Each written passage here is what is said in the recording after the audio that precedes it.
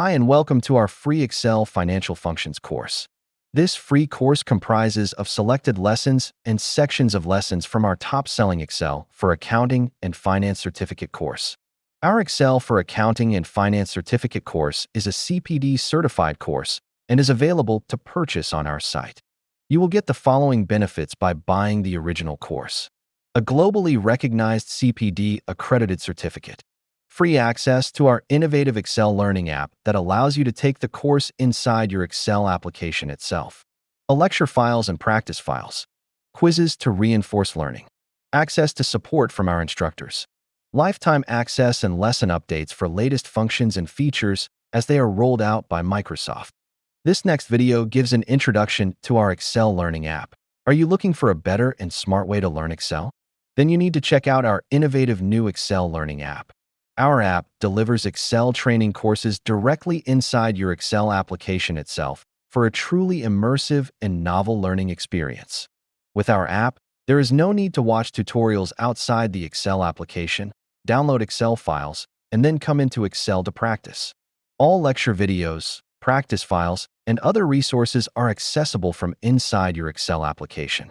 The app will provide you with a unique and immersive learning experience with minimum distractions and hassle. You can watch streaming video tutorials directly inside the Excel application. The video screen can be resized as required by dragging the app pane or by using picture-in-picture mode to watch while you practice. Excel practice files can be loaded directly onto your Excel application using the Load button. With the app, there is no need to download files separately and open in Excel manually, as with other training solutions. Once you have finished practicing on a file, you can clear the loaded file with the Clear button and load another file to practice as required. A Download button is available if you want to download files for later use. Additional learning resources such as quizzes, practice tests, assignments, and coding exercises are all accessible from inside Excel through the app as well. Our app will provide you with a unique and immersive learning experience with minimum distractions and hassle. The app is compatible with all of these Excel versions. Our app is provided free of charge to all who purchase Excel courses on our course marketplace. You can use the app or learn on our site as well. To get the app, you need to first sign up and purchase an Excel course from our site. Installing the app onto your Excel application is very easy and straightforward. First, you need to open up your Excel application and go to Add-ins on the Home tab of the ribbon. Then just click on Add-ins and search for Aethenos in the search bar. Then select Aethenos for Excel and click on Add. Once you add our app to your Excel application, it will appear on your ribbon. You can log into the app using the same credentials you used on our site for your course purchase. Once logged in, you can access all your courses from inside the Excel application. So go ahead and buy a course and try it on our app. We can guarantee it will be the best Excel learning experience you can have. Now let's get started with our free course. We have provided timestamps in the description for your convenience. Hello. In this video, we will learn about PV and other related financial functions in Excel. Excel has a set of time value of money functions like PV for present value function, FV for future value function, PMT for payment function, and rate function to find the rate, and NPER function to find the number of payments. So all of these are basically based on the time value of money formula. Future value equals present value into 1 plus r to the power n. So the first function, present value or PV function, is basically it returns the present value of an investment or a loan amount. So when you use the present value function, you get the value in today's dollars or today's currency of a set of future payments. Here we are assuming periodic and constant payments and a constant interest rate. So the syntax of the PV function is rate, NPER, PMT, future value, and type. The rate is basically the interest rate per period. If the periods are monthly, you need to basically divide the annual rate by 12 to get the monthly rate. The NPER is the number of payments. So if it's like a 5-year loan, you have 5 into 12, 60 periods. PMT, the payment, is the amount you pay monthly or periodically. And it's the same amount, you can't change it during the life of the annuity. And we have a cash flow convention. Cash paid out is a negative number and cash received is a positive number. If we don't give the PMT, optional future value argument must be supplied. The future value is again optional. This is the cash balance after all payments have been made. When future value is not included, it defaults to 0 and PMT must be supplied. The type again is optional. Type basically denotes whether the cash flow is due at the end of the period like regular annuities, and is one for payments due at end of the period like annuities due, and it defaults to 0, that means end of the period. And we have the cash flow convention for PMT and future value. Money received is positive and money paid out is negative. So let's look at example. We got interest rate per year of 6%. So we want to find the present value of 5 payments of $1,000 each paid at the end of each year. So we can write the function equals EV for present value, and the rate is 6%. And then the number of payments is, we are having 5 payments. We put 5, and the PMT or the payment is $1,000, and it's always negative, so we put 1,000. And then future value we are going to have, we are not going to have a cash flow at the future, so we put 0 there. And then the type is end of the period cash flows, so we can use 0 as the type. And we press enter and we get 4,212 and 36. And we have another cash flow series. 5 payments of $1,000 paid at the beginning of each year. So we want to find the present value. So here the difference is cash flow is beginning of the year. Here it was end of the year. So let's do the function equals PV present value, same rate. Then number of payments again 5. And PMT is minus 1,000 again. And here present future value 0. And here we are going to select beginning of the period, or option 1 for the type. And we press enter and we get 4,465. So it's more here because we are paying at beginning of the year and it has more time to compound and add to the value. So here it was end of the year, and here we have an additional year of interest that comes. So that's why we get 4,465, which is higher than the end of the year payment total. Then we have another cash flow where we got 5 payments again, $1,000 each, end of the year. We get an additional £500 paid at the end of year 5. So we write the function here equals present value, PV, and the rate is 6, and number of payments 5, and PMT is minus 1,000 again. And here we have a future cash flow. So we got 500 additional payment at end of year 5. So that we have to put as a negative value minus 500. Because it's cash, because the cash is going out, it's a negative value. And then end of the period, so we put 0 and we press send. So we got 4,585 as the present value here. And here we got 4,212. So both cash flows are same except there was a £500 at the end of year 5. So this is greater than this value. The future value function is the opposite of the present value function. Here we are calculating the future value of a investment. Here again we are assuming periodic constant payments with a constant interest rate. The function is similar in syntax to present value. So here difference is we are having future value here, FV, and here we are having PV here for present value. So rate, number of payments, PMT, present value is there, and then the type is also similar to the present value function.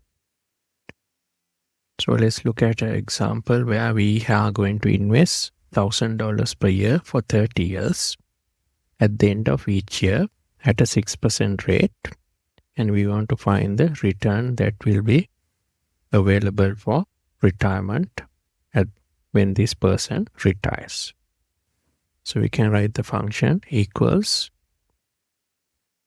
future value FV, and the rate is, we can type 6% or we can put 0.06, and then the number of payments is 30 years, so 30, and we are going to have a PMT of 1,000, so minus 1,000 there, or as PMT is negative, and then we are going to have, we don't have a cash flow at the present, so it's 0, and then the type is going to be end of the year, so 0, and we enter, and we get $79,058. So again, if we are using the same example, here we did end of each year, so here we will do beginning of each year and see what the retirement fund will be. So let's do the function here, equals FV, the rate is 0.06 or 6%, and number of payments 30, and PMT is 30 payments, and the payment is minus 1,000, and present value is 0, and here we are going to have beginning of the period, so 1, and we get 83,000, which is higher than the 79,000 we got for end of the year cash flows, and beginning of the year, since we are paying cash early, we got more time to earn interest, so we get 83, which is higher than the 79,000. Then let's look at this final example. Here we are going to invest $10,000 initially at the beginning, and then $1,000 for 30 years, end of the year for at 6%. So let's see the retirement fund on that situation. So equals future value.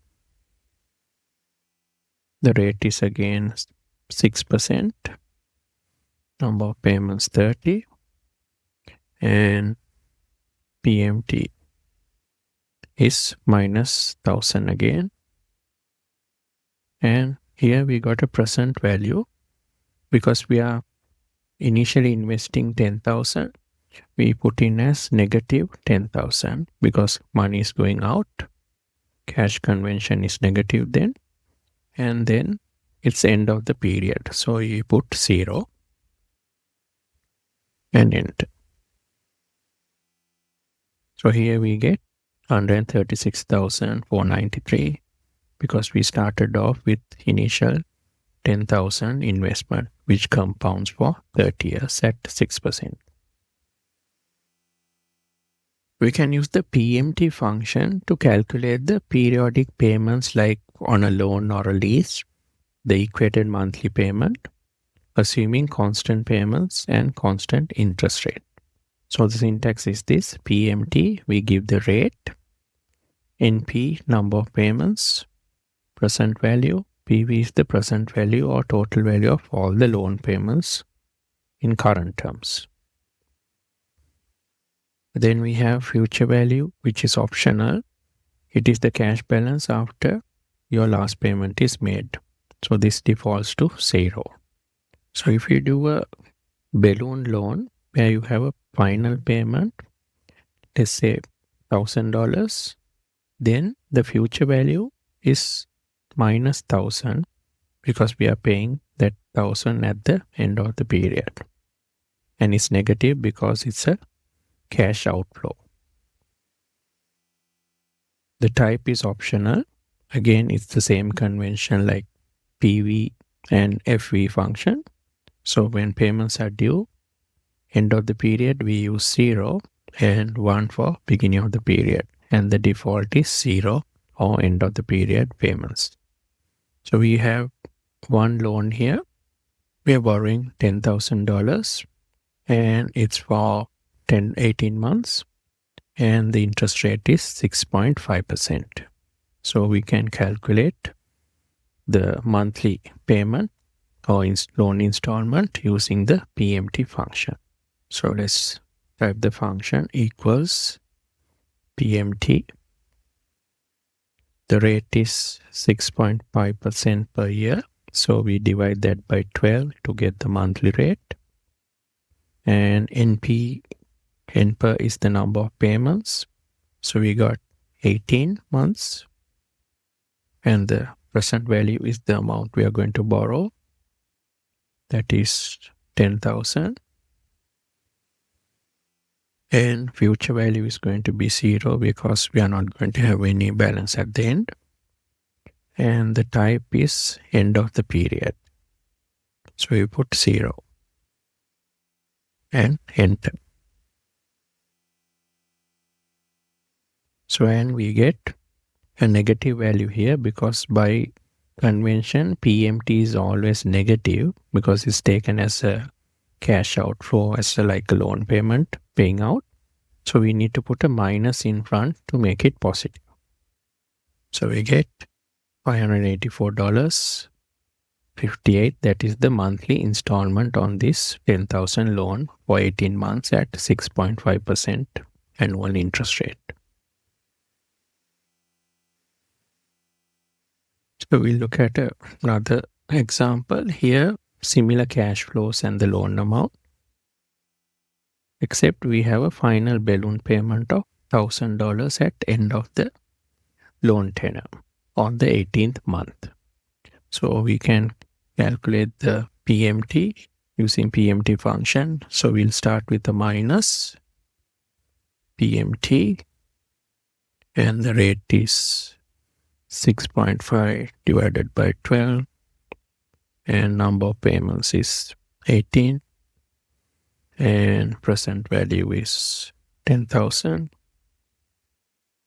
and future value is, in this situation we have 1,000 balloon payment at the end.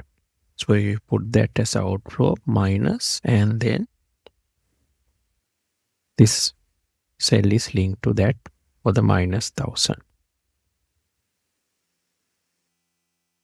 And these are end of the period. So we use 0 and we press enter.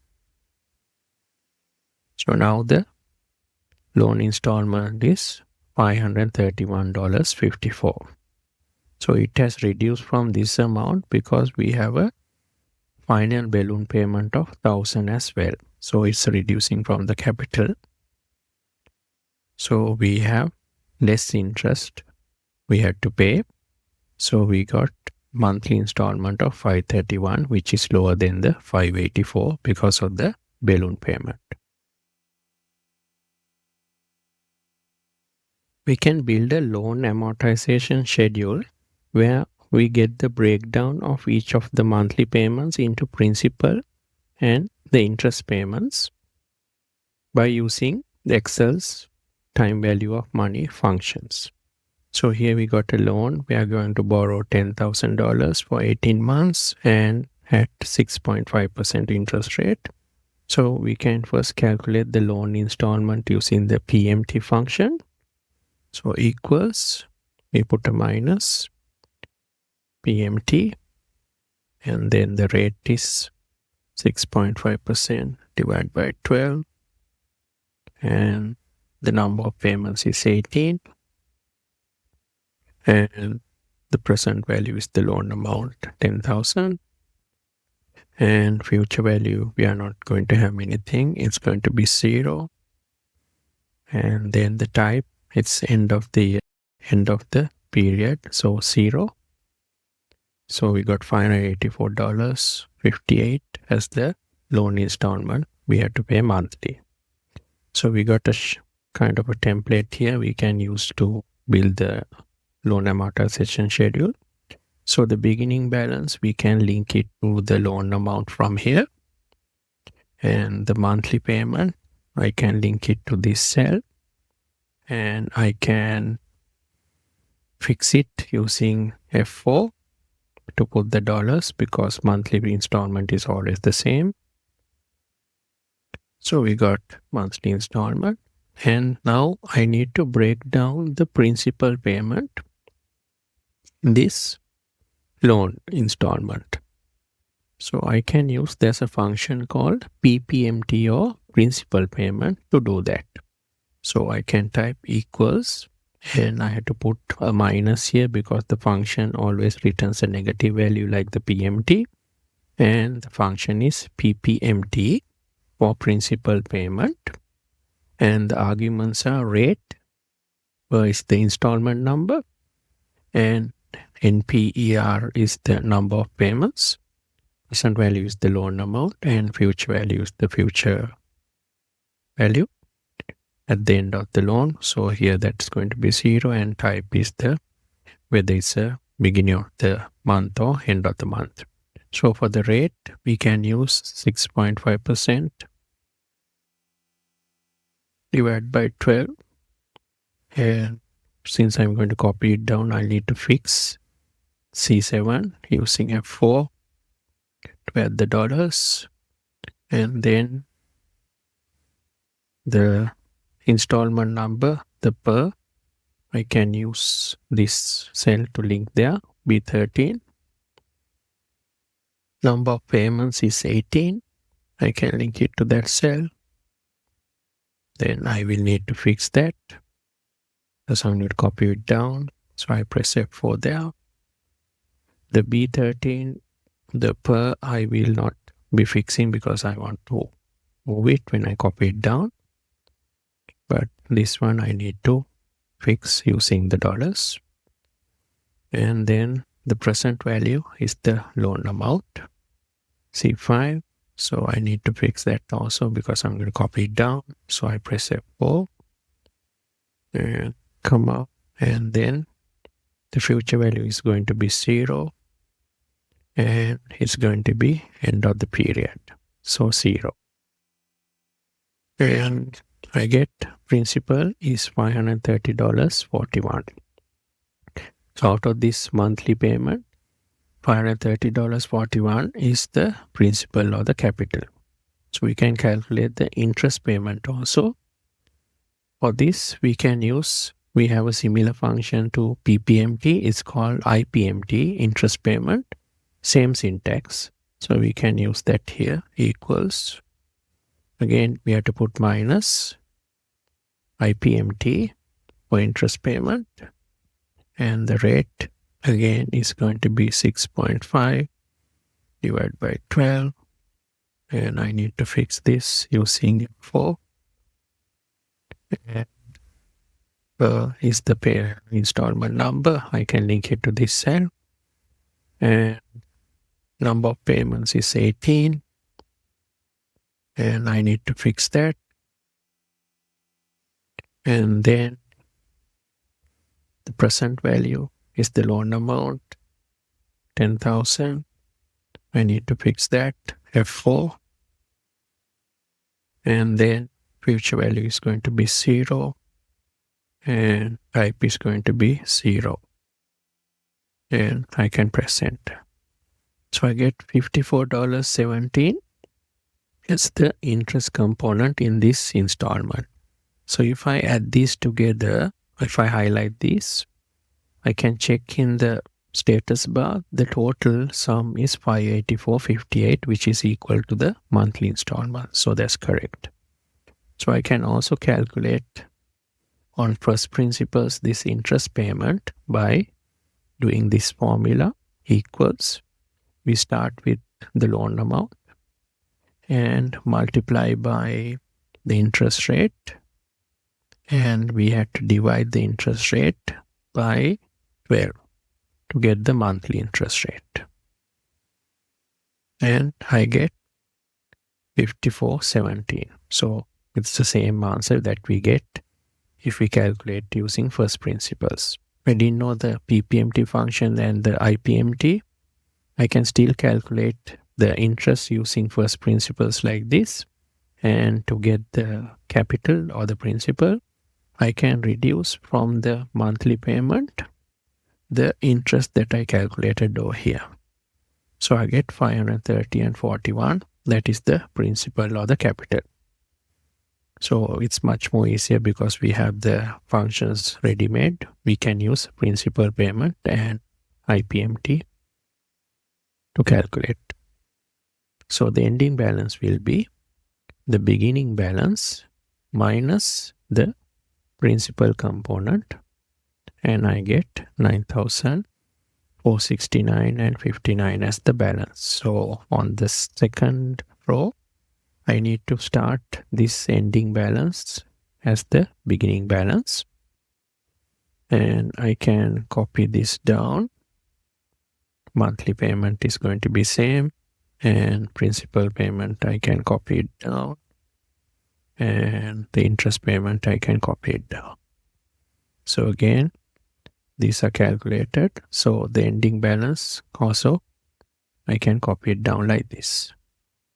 So once I have copied to the second row, I can copy down to the whole range, and I get my loan amortization schedule.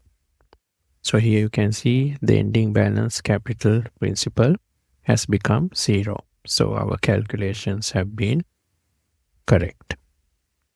So loan has basically reduced to 0 by end of the loan tenure. So this is how we can do a loan amortization schedule. And we also have two other functions, the cumulative principal function and the cumulative IPMT, or the cumulative interest payment function. So this calculates the cumulative principal and this calculates the cumulative interest payments. So it basically computes the principal paid between two periods, inclusive of those two periods. For example, if I want to calculate the principal paid from first to the fifth installment. So here I have the first installment and up to 5. If I want to calculate the total of this principal payments, I can use the cumulative principal function. I can type the function here to calculate the cumulative principal equals, and we start with a minus because the value comes as a negative value, cumulative principal, and we need to select the rate. Rate is 6.5 divided by 12. And then we got the number of payments, which is 18. And the present value is the loan amount, 10,000. And the starting period, I can give 5. Starting period, I can give 1. And the ending period is installment number 5. So I could put 5 there. And then the payment type is end of the period. So I can put 0. So I can then enter the formula and I get 2006 80 and 96. So if I check these 1, 2, 3, 4, 5, I get the same total on the status bar. Sum is 2680 and 96. So it's correct.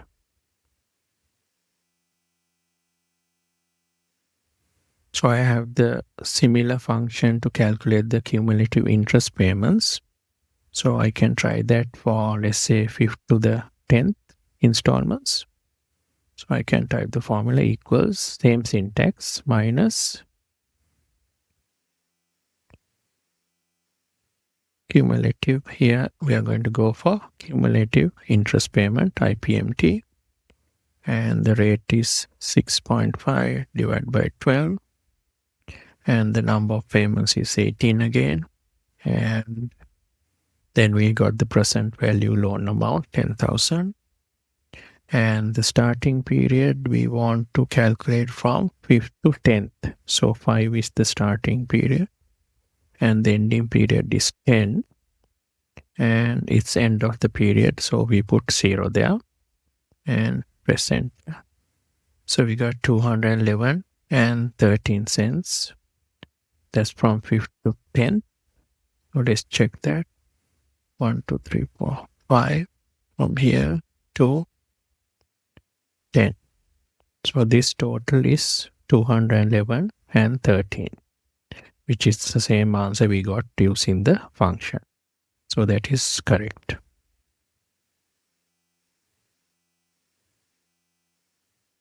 Now let's look at the rate function. The rate function basically helps us to find the interest rate that is inherent in an annuity.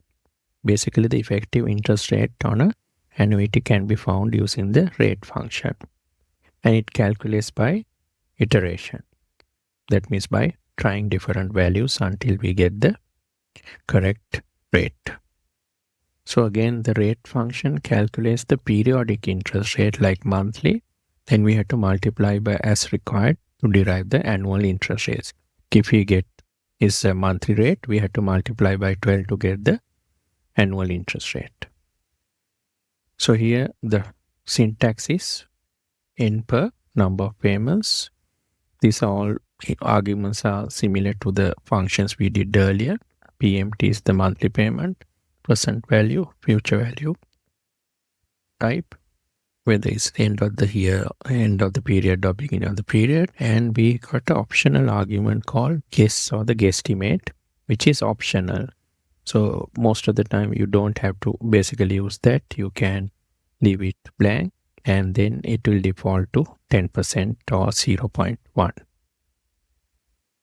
So let's take this example. We got a loan of 10,000. 10 of 18 months and 584.58 is the monthly installment. So we want to, let's say, infer the interest rate, effective rate in this loan. So we can write the function equals rate, and then we have to give the number of payments 18, and PMT is the monthly payment. So the monthly payment we have to give as a negative value, say 20, and present value is the loan amount 10,000, and future value is 0, and the type is end of the period, and the guesstimate we don't have to really put that, so I leave that blank and I will press enter and I get 0.5%. So this is actually the monthly rate. So to get the annual rate, I will need to multiply this by 12.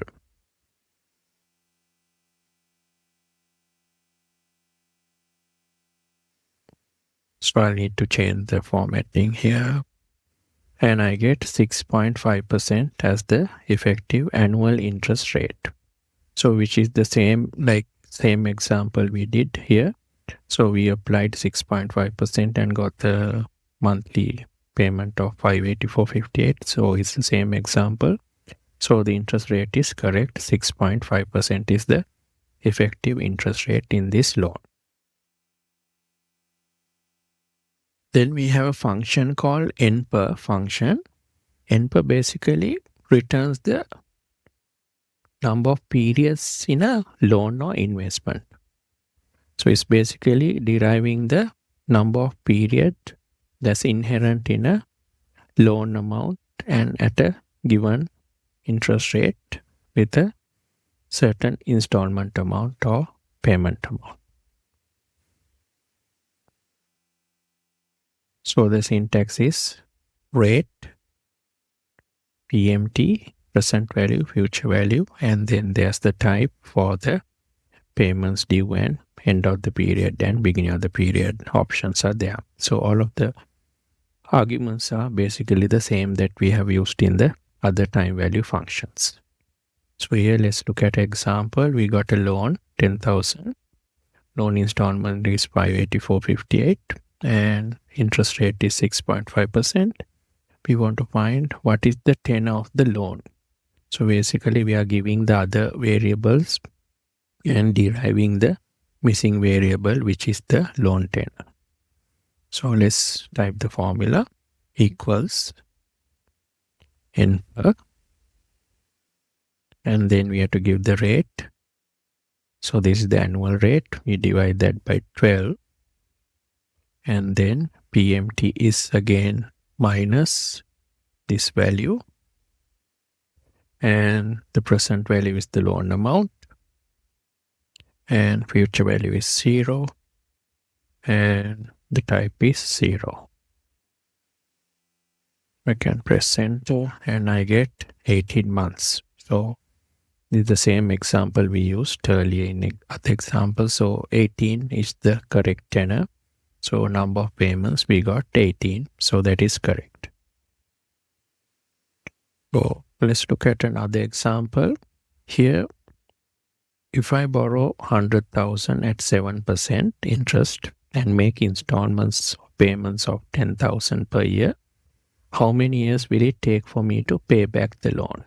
So basically I'm giving a fixed payment amount and then I want to find out how long will it take. This is, let's say this is the amount I can afford to pay. So how long will it take for me to pay at this interest rate for this loan amount? So we can use the NPER function to calculate this as well. So we can type equals NPER function, and then the rate we are going to have 7%. So we can put, so these are annual payments, so I can just put 0.07 or type in 7%. And the PMT is going to be 10,000, so I put negative 10,000. And then present value is the loan amount, 100,000. And future value is 0. And it's end of the period, so 0. And I can press enter. And I find it will take about 17.79 years, or roughly 18. It will take me 18 years to pay this loan off. So if I want to calculate X in months, so there is 17 years here. So if I deduct from here 17, this is the fraction of a year that I have, 0.79.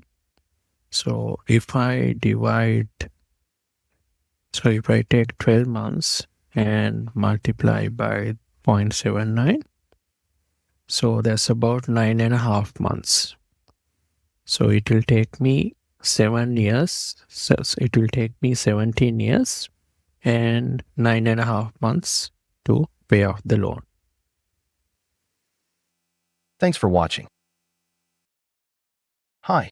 In this video, we will learn about the NPV function in Excel. We can use the NPV function in Excel to calculate the net present value.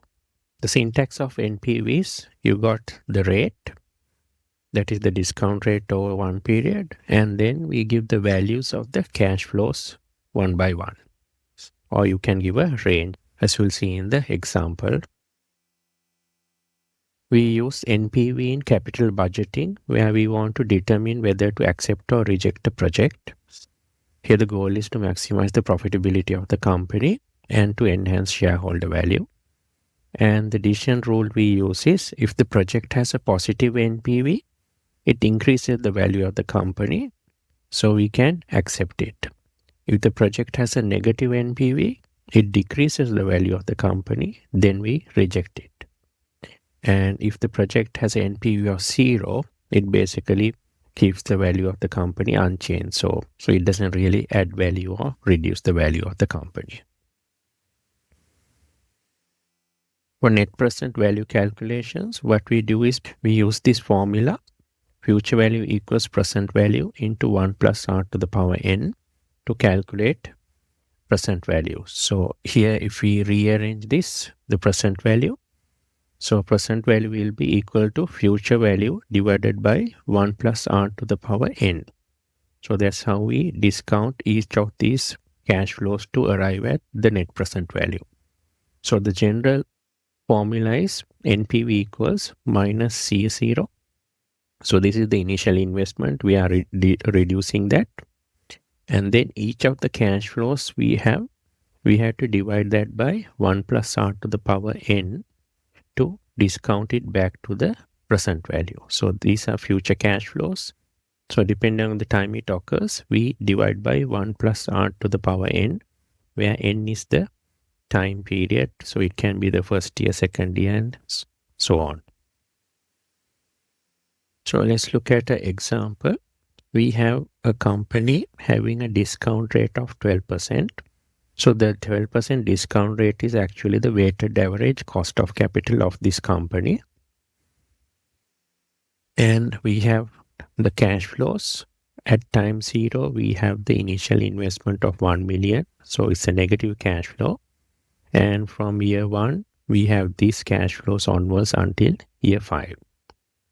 So we can calculate the present value of these cash flows using first principles. So what we do is we take the cash flow and divide that by 1 plus r, as it is the 1, that is the 1 plus the interest rate, and to the power n. So we use the hat sign here, and then n is the 0 in this situation. It will go from 0 to 1, 2, 3, 4, 5 like that. And when we are going to copy it across, we will need to fix the interest rate or the discount rate here. So we can use F4 to fix that. And then I can enter this and I will copy it across. So the time 0 cash flow is the present cash flow at time 0, and it's not really discounted. So even if we use the formula, because this becomes 0, it's not really discounted. It becomes 1, and this is the same value we get. But from year 1, we get the cash flows discounted. So that's why the 250 is reduced to 223,214 in present value terms. So it continues to discount the cash flows. And as you can see, the 700,000 is just 397,199 in present value terms. So this is the total of the present value. So if you want to do the net present value in the DCF or the discount or the discounted cash flow method, we can just sum all of these cash flows to arrive at the net present value. We can sum all these cash flows like this, and we arrive at 676,492. That is the net present value in discounted cash flow terms when we do the first principles calculation for discounting. So we can actually use, so now we will see how we can use the NPV function to calculate this. So let's do the NPV function. I can write here NPV, and then I can use the rate from here, and then I need to give the cash flows. and I close the bracket and enter. And I get 604,000 versus the actual value of 676,000 when I calculate on DCF methods. So this is less. The reason is NPV function assumes that the cash flows, that the first cash flow is one period from now. So we need to exclude the first cash flow or the initial investment from the NPV function. So otherwise the calculation is wrong because NPV assumes that cash flows are occurring 1 year from now and onwards. So here, so it's basically assuming this initial cash flow will occur in year 1. So that's why we get a different value. So what we need to do here is we need to change the range inside the NPV function to just start from year 1 onwards. And we can add the initial cash flow, the initial investment separately into the formula like this. So it's outside the NPV function. Then we get the same result. So now our NPV function is correct. So we need to be careful. We need to exclude the initial cash flow at time 0 from the NPV function's cash flow range and then add it separately into the formula. Thanks for watching. Hello. In this video, we will learn about the XNPV function in Excel. When we use NPV, we assume that the cash flows are occurring at regular intervals like year-end. But as you know, cash flows can occur anytime during the year. So to be more accurate, we can use the XNPV function, which is an upgraded version of the NPV function, where you can handle irregular interval cash flows. So cash flows occurring at irregular intervals can be accommodated under the XNPV. Then the NPV calculation is more accurate. So the syntax is you give the rate like the NPV and the values, but in addition, you can give the dates or the exact days that the cash flows occur. So it's more accurate than the NPV function. So here we need to remember the cash flow dates. The first date listed must be the earliest. Other days can be not in chronological order, so they can be in random order, but the first date must be the earliest date. And XNP assumes the current date is the first date of the sequence. For example, if the first date is 30th August 2021, NPV is computed in August 30th, 2021 dollar terms. So the first date is the time 0 and cash flows are calculated in terms of that date. So let's look at example. We got a 12% discount rate or weighted average cost of capital for this company. And these are the dates starting from 3rd December 21. So this is the earliest date. And these other dates can be in random order as well. So then we got the cash flows. And then we can calculate the net present value using the XNPV.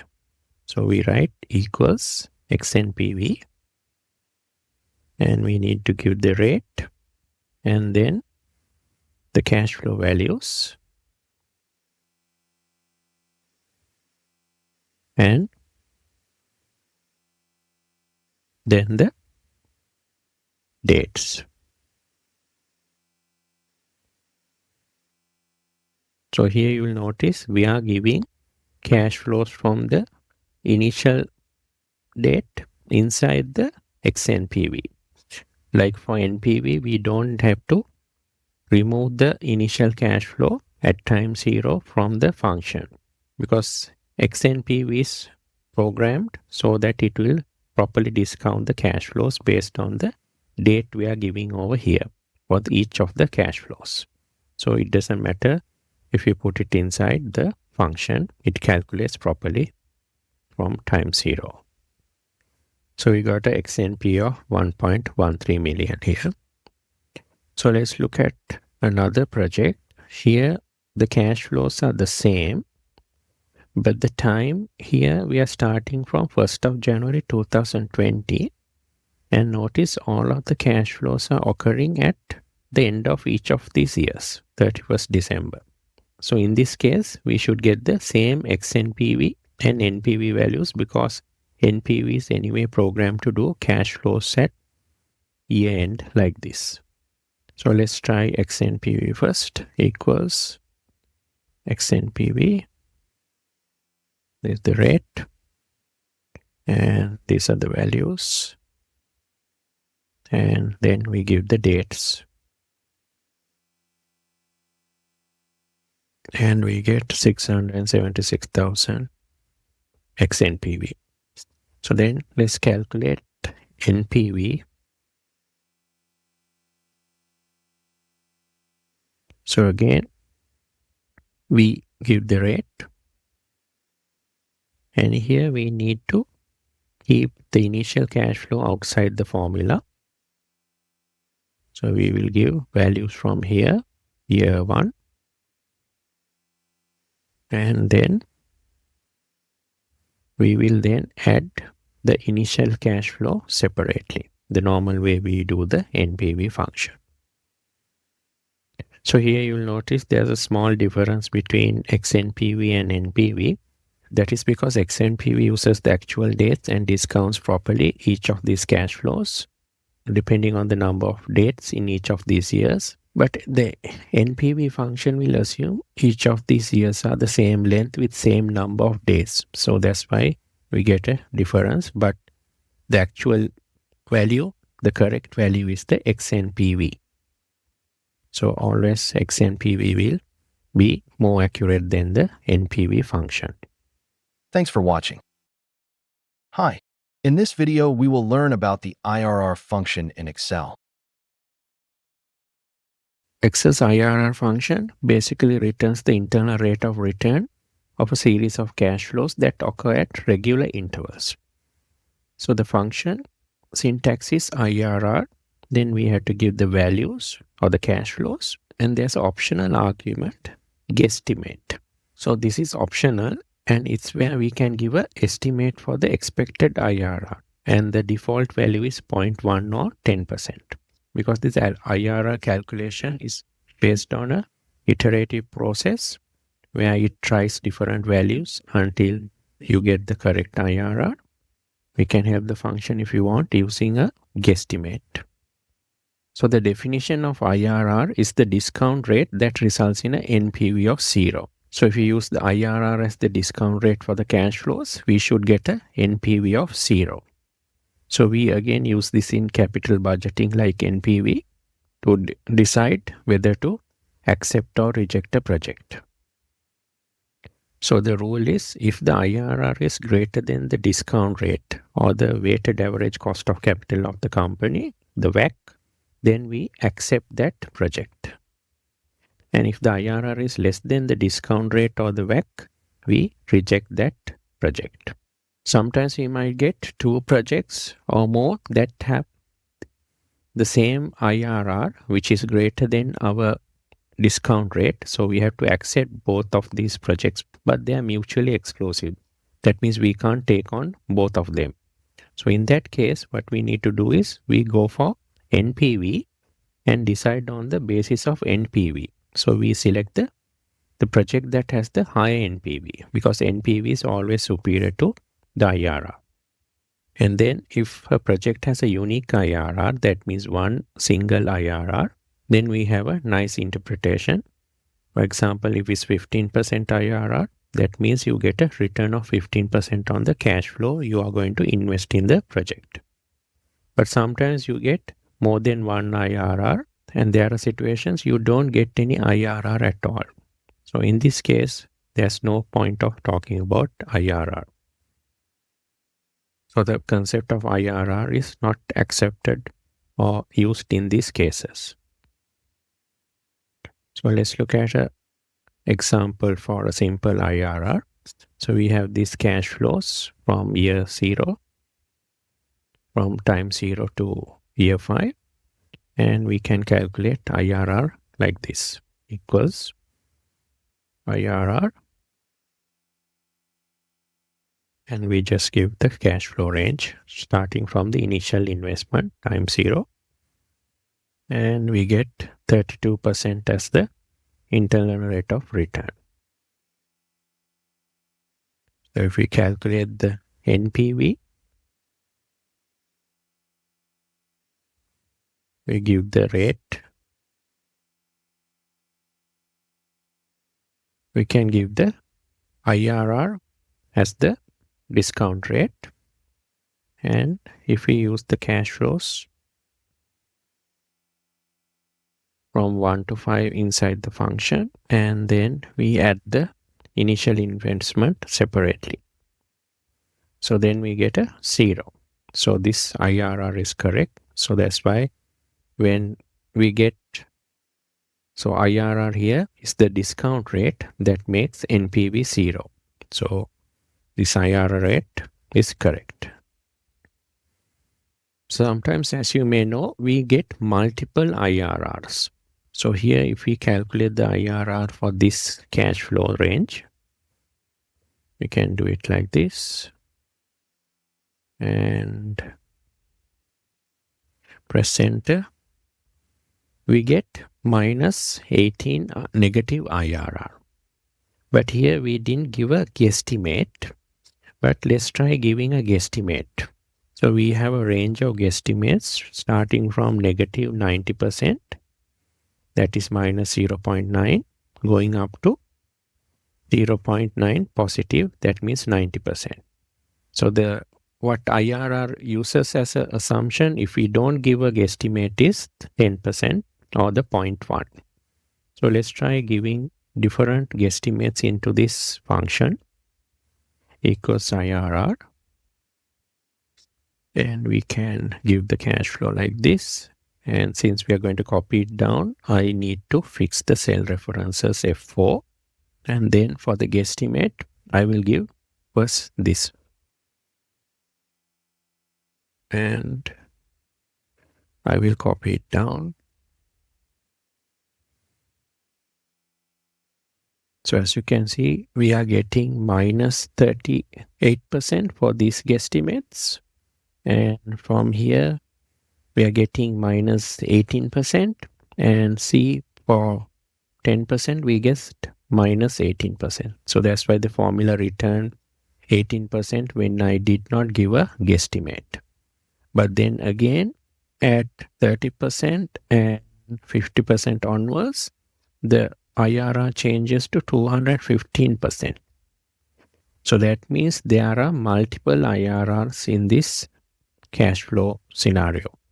So basically we cannot apply the concept of IRR in this situation. So that's why it's always best to try a range of guesstimates and see whether the IRR is unique and it doesn't change. So then if we ask the question, are there any conditions that guarantee a project will have a unique IRR?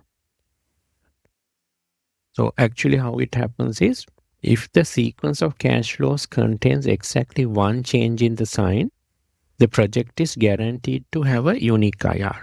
Like here, we got initial investment, negative cash flows, and all of the cash flows after that are positive. So the sign change is only once from negative here to positive. Thereafter, there are no sign changes. So here, we can say there's a guaranteed unique IRR. So most of the time this works because basically most of the projects we start initially have negative cash flows, and then it starts positive cash flow, and then it continues. So we can apply IRR for generally most projects because of this reason. Then if the sign change is more than once, here we got negative to positive, one sign change, and then again another change to negative, and then again to positive. So there's more than one sign change in the cash flows. Now in situations like this, we can't basically guarantee where we have a unique IRR. So there we might have, but there is no guarantee there is a unique IRR in this situation. So only if the sign change is once, we can guarantee we have a unique IRR. Then there might be situations where we don't get a IRR, a no IRR situation. So let's try these cash flows. If we put IRR function here, apply the range, and we get a hash now. So that means there is no IRR for this cash flow. So we can just double check by using the guesstimate range like this. So I have basically used the same guesstimate range as before, and I have copied down the formula, and see there is no IRR for any of these guesstimates. So it's basically a situation where we are sure there is no IRR. So we can't basically use the concept of IRR in this situation as well. Thanks for watching. Hello. In this video, we will learn about the XIRR function in Excel. Our standard IRR function in Excel is built for regular interval cash flows. But if we have irregular interval cash flows, we can use the XIRR function, where we can give the actual days the cash flows are occurring. So otherwise the syntax is the same as IRR, but we give additional argument of the actual days the cash flows are occurring. And the days do not need to be entered in chronological order. So they can be in random order, sequence, and still the function will work properly. So we got an example here. For this project, we have the cash flows and the days that the cash flows are occurring. So let's check the XIRR function. We first give the values and then the dates. So the guesstimate is optional again, like IRR. If you leave it blank, it will assume 10% as the guesstimate. If you want, you can apply guesstimate. So we get 21% as the XIRR. So if we use, so let's check what result we get when we use XNPV and use the XIRR as the discount rate. So we can use XNPV, and the rate we will give the discount rate as the XIRR. And then for the values, we give this, and then the cash flow dates. And we get a 0.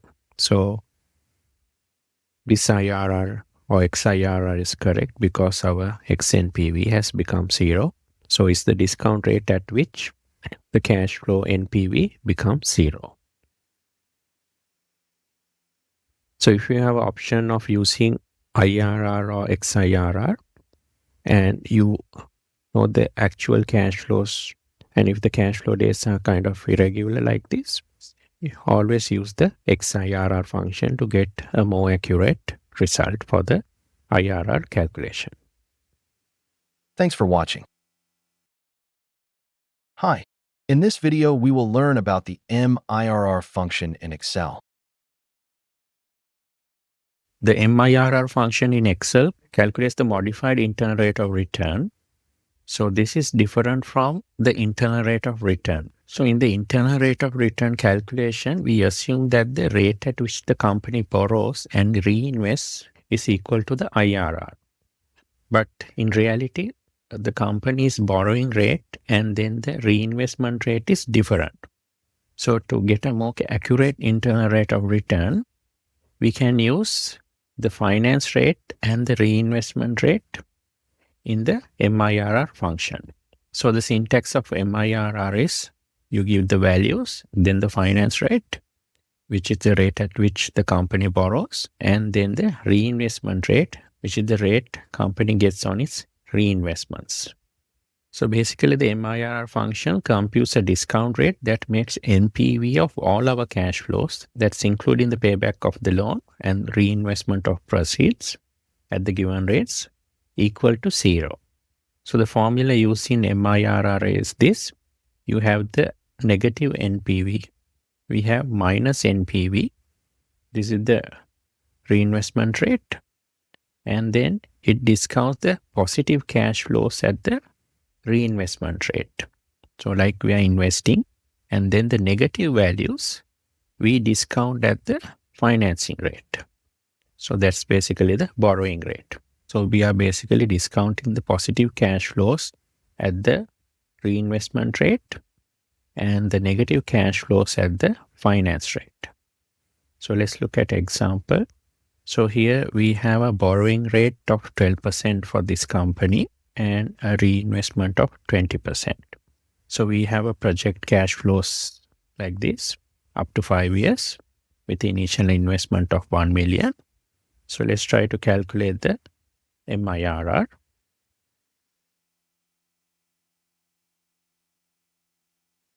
So here we have to just give the values and then the finance rate, that is the borrowing rate, and then the reinvestment rate, and then we close the bracket, press enter. So we got 27% MIRR. So let's calculate the IRR.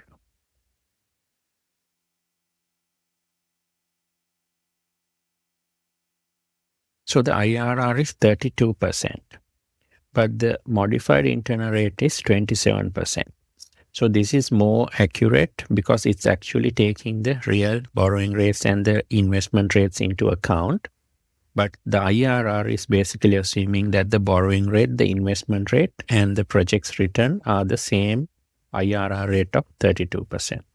So the MIRR is a more accurate reflection of the internal rate of return, considering the correct borrowing rate and the investment rate. So if we calculate NPV,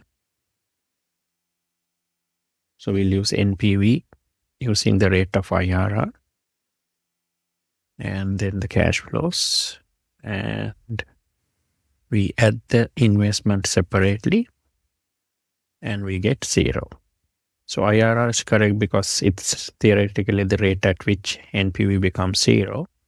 But when we consider the borrowing rate and the investment rates, this is the actual IRR we are getting out of the project. Thanks for watching. Hello. In this video, we will learn about payback period calculation in Excel. Let's look at calculating the payback period in Excel for an investment. So basically the payback period is the amount of time it takes to recover the cost of an investment.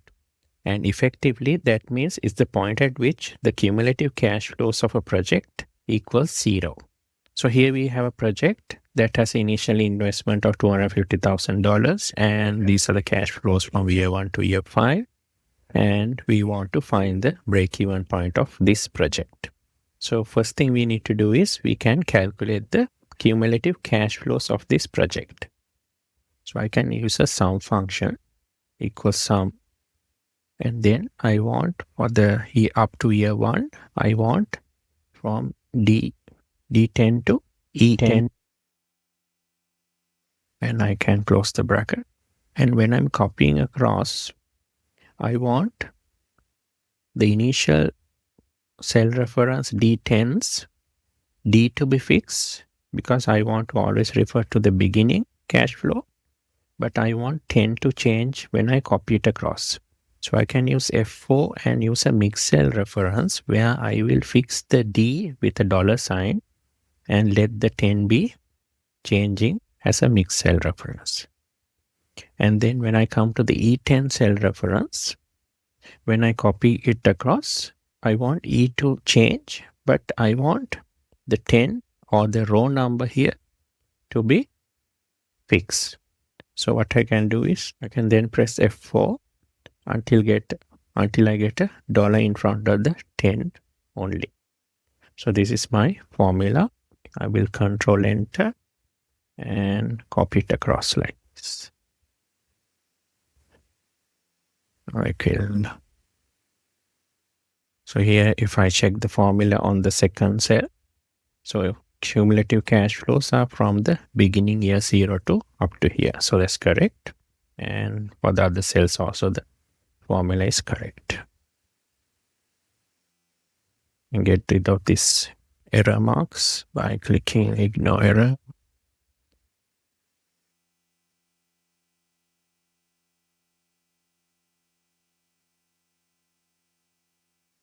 So I have calculated the cumulative cash flows. So I see now between year 2, where it was a negative value, and year 3, where it has become a positive value, I should get the break-even point. So somewhere between year 2 and year 3 is our payback period. So it's greater than 2 years, but less than 3 years. So I can calculate this manually by doing it this way. So I know from year 2, the cumulative cash flow was negative 50,000. And year 3, it became a positive 50,000. And somewhere in between is the payback point or the break-even point where the cumulative cash flow has become 0. So and also I know that from year 2 to year 3, the total cash flow was 100,000. So if I apportion this cash flow evenly across this period, I can calculate the break-even point. So it will be year 3, or basically 3 years minus this portion of the cash flow until 0. So here from 0 to 50,000, there is a difference of 50,000. So I can take that difference 50,000, and if I want, I can put a bracket like this. So from here, it's basically 50,000. So from the 0 point up to here, there was 50,000 cash flow. And if I apportion this across the total period from year 2 to year 3, it was 100,000. So as a proportion, it's 50,000 divided by 100,000. That is the fraction that I need to reduce from 3 to get the payback period. So I'm reducing the period from this 0 point to the end of the year 3 by taking 50,000 and dividing that by 100,000 to get the fraction of the year I need to reduce from 3 years. So from this calculation, I find the break-even point is 2.5 years. So that is the payback period of this project. So here I have calculated this manually, but let's see how we can use formulas in Excel to calculate this whenever the cash flows change and the time period changes. So we'll do this step by step. The first step to calculate is when the cumulative cash flows become positive. So that's where the break-even point or the payback period is. So we can use a formula like this. We can use whether E11 is greater than or equal to 0. So here we'll type that formula. We'll take E11 greater than or equal to 0. And I will copy it across. So I get a false here. It's not greater than 0. It's negative. So if I copy it across like this, I find that somewhere between in year 3, it has become positive or true. So thereafter it's positive. So here I can use this kind of a formula to find out when the cash flow becomes positive. Then to find out the first year when the positive cash flow happens, I can use a match function like this. So I'll type a match function over here equals match, and then the lookup value is true because I want to find the true or the positive value, and then I can give the lookup array like this, and then I want exact match, so I can use 0. So from this, I find the positive value in number terms is year 3. So here's, this is 1, 2, like that. This is the third year, cumulative cash flow becomes positive. So this formula function I can use to find the first year when the cash flow becomes positive. So now I know it's year 3. Then at the end of year 3, I know the cumulative cash flow has become 50,000. So its break-even point or the payback period is between year 2 and year 3. So again, if I come down here, so earlier we manually calculated the payback period here. So here, if I take this whole period from year 2 to year 3, so we can say this proportion from the payback period 0 to 50,000, we'll call that X. So from 0 to 50,000, the cash flow difference is 50,000 from 0 to 50,000, and I will call that X. So that's basically the equal to the year 3 cumulative cash flow. And then from year 2 to year 3, the total period, we had cash flows of 100,000. So we'll call that Y. So the payback period will be 3 years minus this X, this 50,000, divided by Y, this 100,000. So that's what we did manually as well. So to find the value of X by using formulas, we can use this formula. Equals offset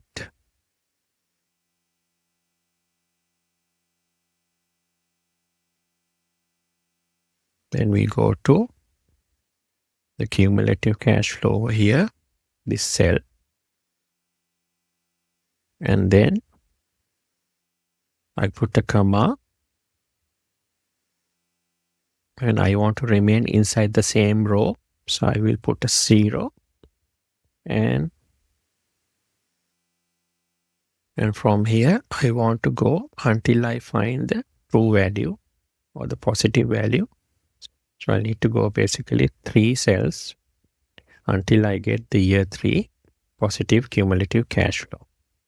So I can then close this and press enter, and I get 50,000.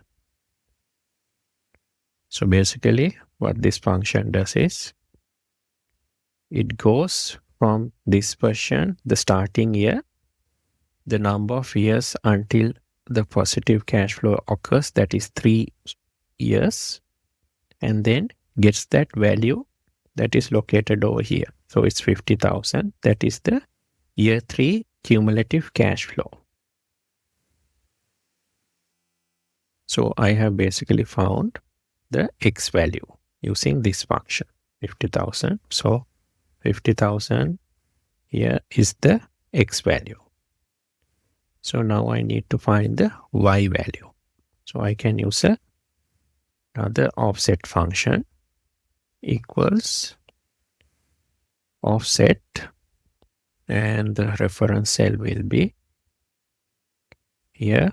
We are going by cash flow now, D10, comma, and for rows I need to keep inside the same row, I put 0, and then the number of columns I need to go is 1, 2, 3 until I go to the positive cumulative cash flow here. So I can use this cell as the cell reference for that. So then I get 100,000. So I got the Y value as well. So now I have found, using offset function, the X value and then the Y value. So the offset function, basically what it does is, from a reference point cell like D10, it can go a given number of rows or columns and then find the value located there.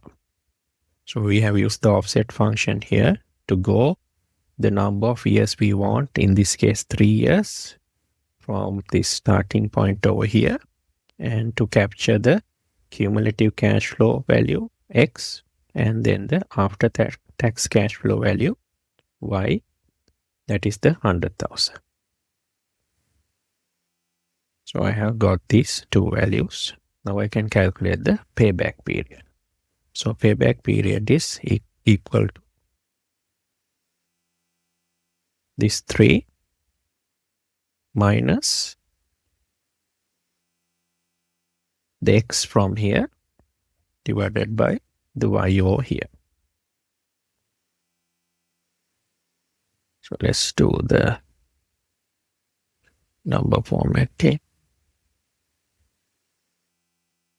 I got 2.5 years basically is when I have the payback period.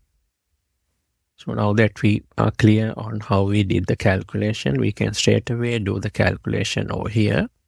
So here we have a match function which found the year when it became basically positive, the cumulative cash flow. So here, if I write the formula, it's equal to 3 years minus, now I have to find the X, so I can write a offset function, and I start from here, D11, and I go 0 rows and 3 columns.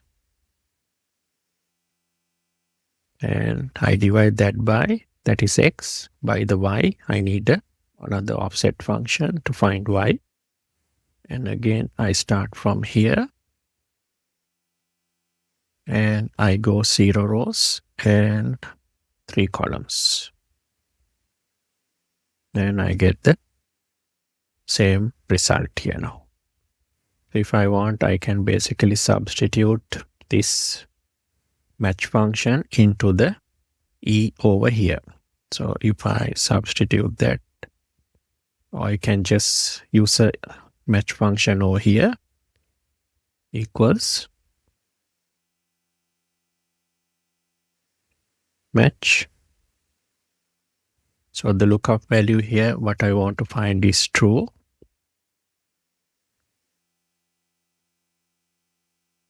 And then I want to find that in this range.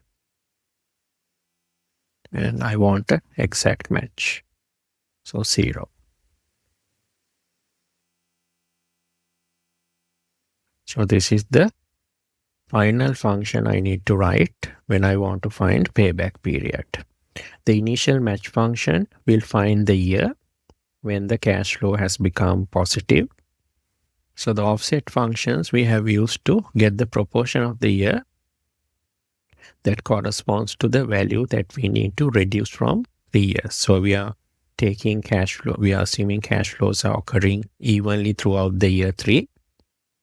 And we want to find from this 0 point somewhere in the middle until year 3, what is the fraction we need to reduce out of that full year. So we get 2.5. So now this formula, when the cash flows change or when the timeline changes, we can just change the cell references here and it will automatically update. So like here, we don't have to manually calculate for each of the cash flows and then the time periods separately. So this is a kind of a universal formula you can use depending on how the cash flows and then timeline differs. So this is, Excel doesn't have inbuilt payback period function, so we can use this as our own custom function to calculate payback period. Thanks for watching. Hi. In this video, we will learn about the depreciation functions in Excel. Excel has inbuilt depreciation functions that can handle basically all of the standard depreciation methods we can use. So we got SLN, that's the straight line depreciation function. So that's just the normal straight line depreciation where you have depreciation occurring evenly across the each years. And then we got DB or declining balance. So it's at a fixed rate where the depreciation occurs. So where depreciation is occurring at a fixed rate. And then we got DDB or the double declining balance. So this is our accelerated depreciation method. And then we got SYD, sum of the years digits method. Then we got VDB or variable declining balance. So here we can give, so here basically we can use either the double declining balance or some other method for depreciation. So these are the arguments we have. We got cost, that is the original cost, salvage value, that is the remaining value. Life is the period over which we depreciate. The period is the period we want the depreciation calculated for. And month is number of months in the year, and the default value is 12. Fact is the rate of depreciation. For example, 2 is double declining. And we can use no switch or false. That is for the variable declining balance. So this basically specifies whether we want to switch to straight line when depreciation is greater than the declining balance calculation. So let's look at an example. So we got an asset here, which has a cost of $10,000 US, lifespan of 10 years, and a salvage value of $1,000. So let's calculate the different depreciation values. So starting from straight line, we can use SLN, straight line, and then the cost is going to be 10,000. Salvage value is 1,000, and the life is going to be 10. So we need to copy this down. So I need to fix these cell references using F4. And I will copy it down. So each straight line, so it's equal depreciation for each of the years. So we'll check the DB function.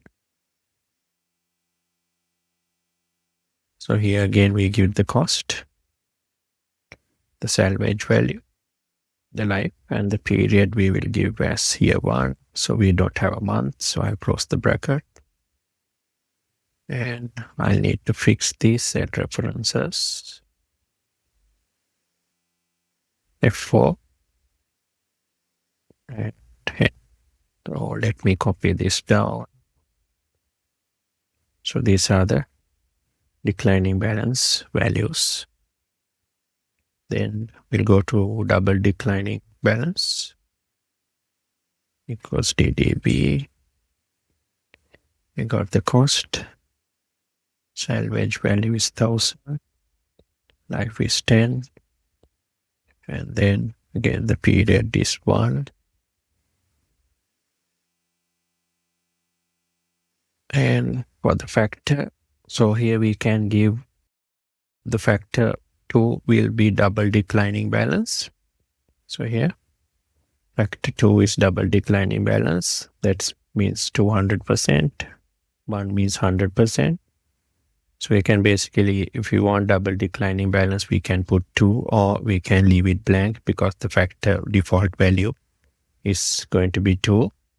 So I will type in 2 here. So I need to fix the cell references. And I'll copy it down. So this is the double declining balance values. So let's do this by D. Sum of the years digits. So we give again the cost, salvage value, and then the life, and the period is the first year. So then I need to fix these cell references, F4. And I will copy it down.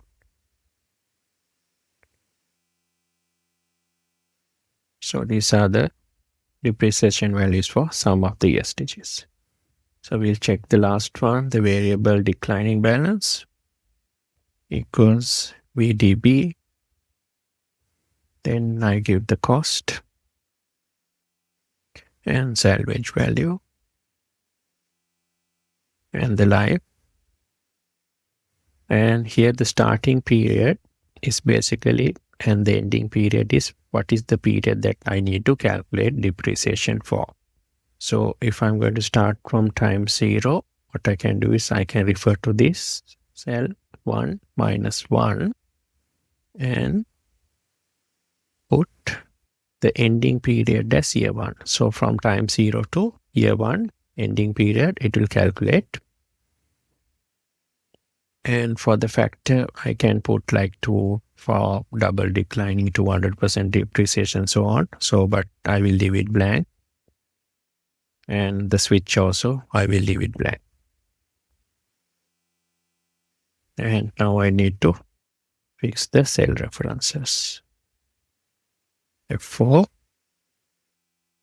and then I'll copy it down. So these are the variable declining balance depreciation values for the 10 years. So now I can calculate for balance sheet values, the values of the assets. So I'll start with year 0. Year 0 is going to be C47.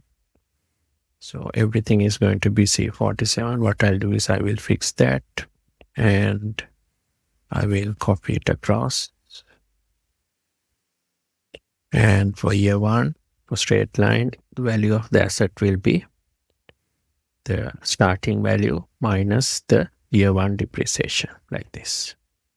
So that's 9,100. I can copy it across like this, and I can copy it down. So let me select these values and insert a chart. Let's select a simple line chart.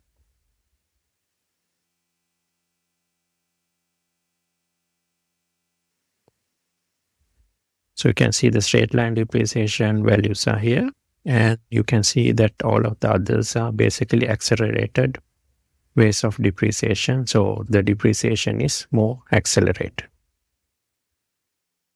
Thanks for watching. Now, if you like this video, why not subscribe to support us and get notifications so you don't miss any of our future videos. Thanks for watching, and I'll catch you next time. Don't forget to check out our top-selling CPD certified Excel courses and our awesome Excel training app.